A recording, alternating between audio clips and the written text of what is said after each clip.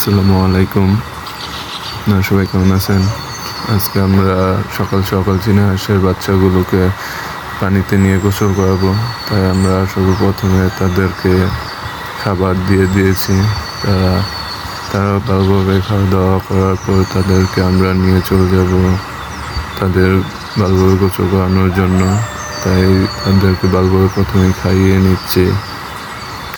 তাদেরকে খাওয়া দাওয়া শেষ করে তাদেরকে আমরা নিয়ে চলে যাচ্ছি পানিতে, যাতে তারা ভালো করে গোসল করতে পারে। অনেকদিন ধরে তারা গোসল পানিতে নেওয়া হয় না, তাই ওদেরকে পানিতে নিয়ে আসলাম। পানিতে নিয়ে আসার সাথে সাথে তারা সুন্দর করে গোসল করতেছে, যেন তারা তাদের শরীরের সমস্ত ময়লা পরিষ্কার করতেছে।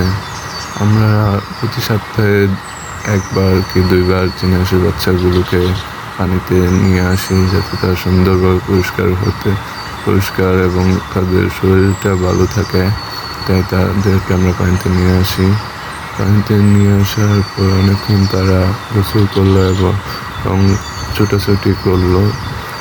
পানিতে অনেকক্ষণ ছোটাছুটি করার পর ক্লান্ত হয়ে ওরা পানির সাইডে চলে আসলো। তারপর আমরা ওদেরকে নিয়ে চলে যাব বাসার দিকে, যাতে এখনও ওরা ছোটো। এদিকে যদি আমরা মাঠের দিকে ওদের রাখি তাহলে অনেক সময় দেরি হবে এবং কুকুর বিড়াল ওদের উপর আক্রমণ করতে পারে। তাই আমরা ওদেরকে বাড়িতে নিয়ে চলে যাব।